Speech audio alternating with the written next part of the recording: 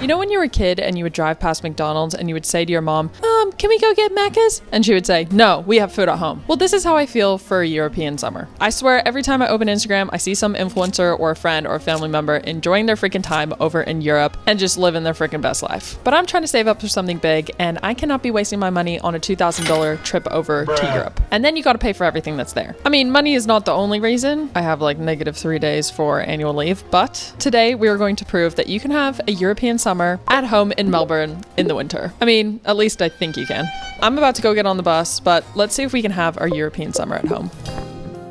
Now, I remember back during COVID, it became a thing to be a tourist in your own backyard, to explore your neighborhood like you've never seen it before. It's all about appreciating what you already have around you, especially in Melbourne when you look around and realize people fly for hours to see the same things we walk past every single day. This stop is...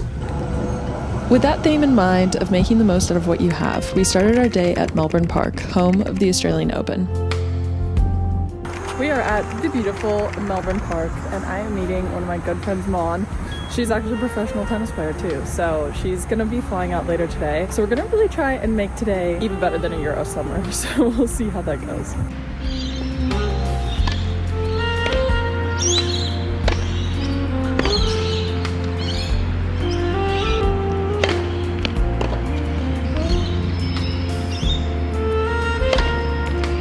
We were lucky to be blessed with an unusually sunny day despite it being winter, so we set off on a walk to enjoy the city. And honestly, it started to feel a bit like a European summer because we ended up walking everywhere. A lot of Melbourne's culture and vibe is inspired by Europe, thanks to the immigrants who brought their food, their coffee, and their warmth. We found the cutest little Italian-style restaurant near the Botanical Gardens and grabbed a coffee. As you can see, a lot of people had the same idea, soaking up the winter sunshine like it was July in Tuscany.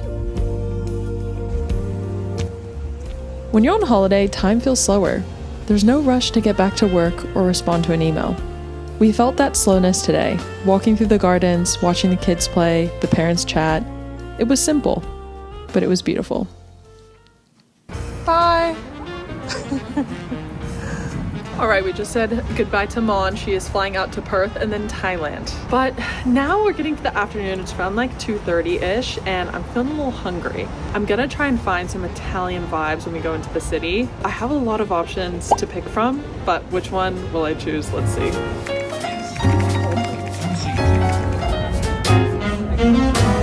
In Melbourne, Italian food is never hard to find. But I wanted to find something warm and cozy, so I ended up at Pellegrini's. When you walk into this little restaurant, it feels like you've been transported to a family-run spot in the back streets of Rome. It's small, maybe even cramped, but perfect for a solo date. I was reading Sunrise on the Reaping, part of the Hunger Games series, and it brought back this nostalgia of reading under the covers as a kid. With a warm lasagna in front of me and a full belly, I felt genuinely grateful that I could experience a night like this without even using my passport.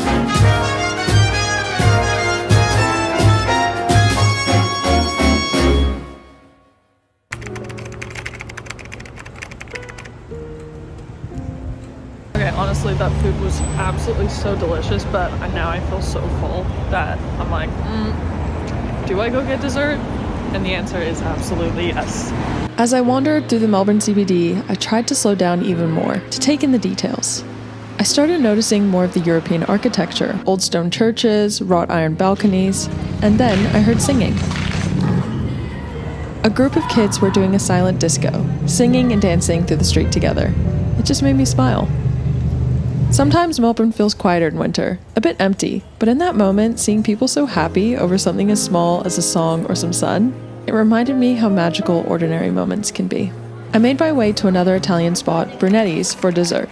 Their cakes are amazing, and judging by the crowd, I wasn't the only one with that idea. It felt like peak tourist season, busy, loud, buzzing. This looks so good.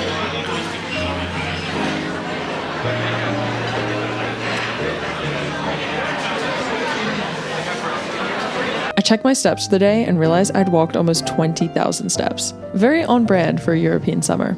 But there was one final thing I wanted to do. Something simple but special. To end the day on a note that just felt a little bit more magical.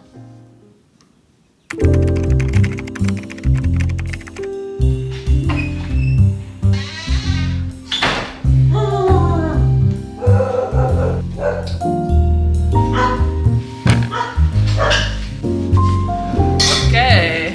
Hello, we are home now. You want to come come up here. Come on, come here. Go. Oh. That was such a fun day in the city, but the fun does not stop. Am I right?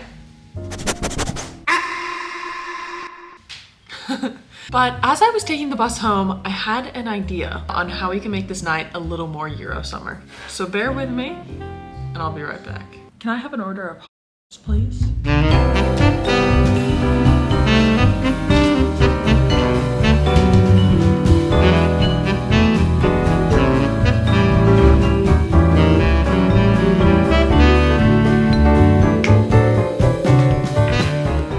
Now this is what I like to call living La Vida Loca.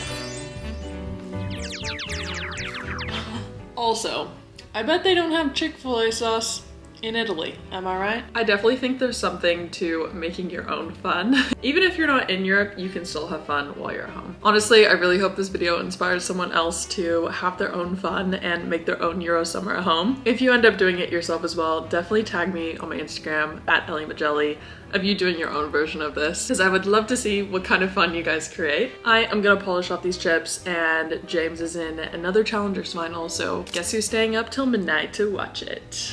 Thank you guys so much for watching, much love, and I will see you in the next one. What is this?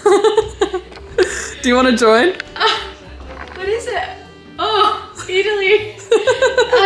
I'm having Mexican, but you can enjoy your Italian summer.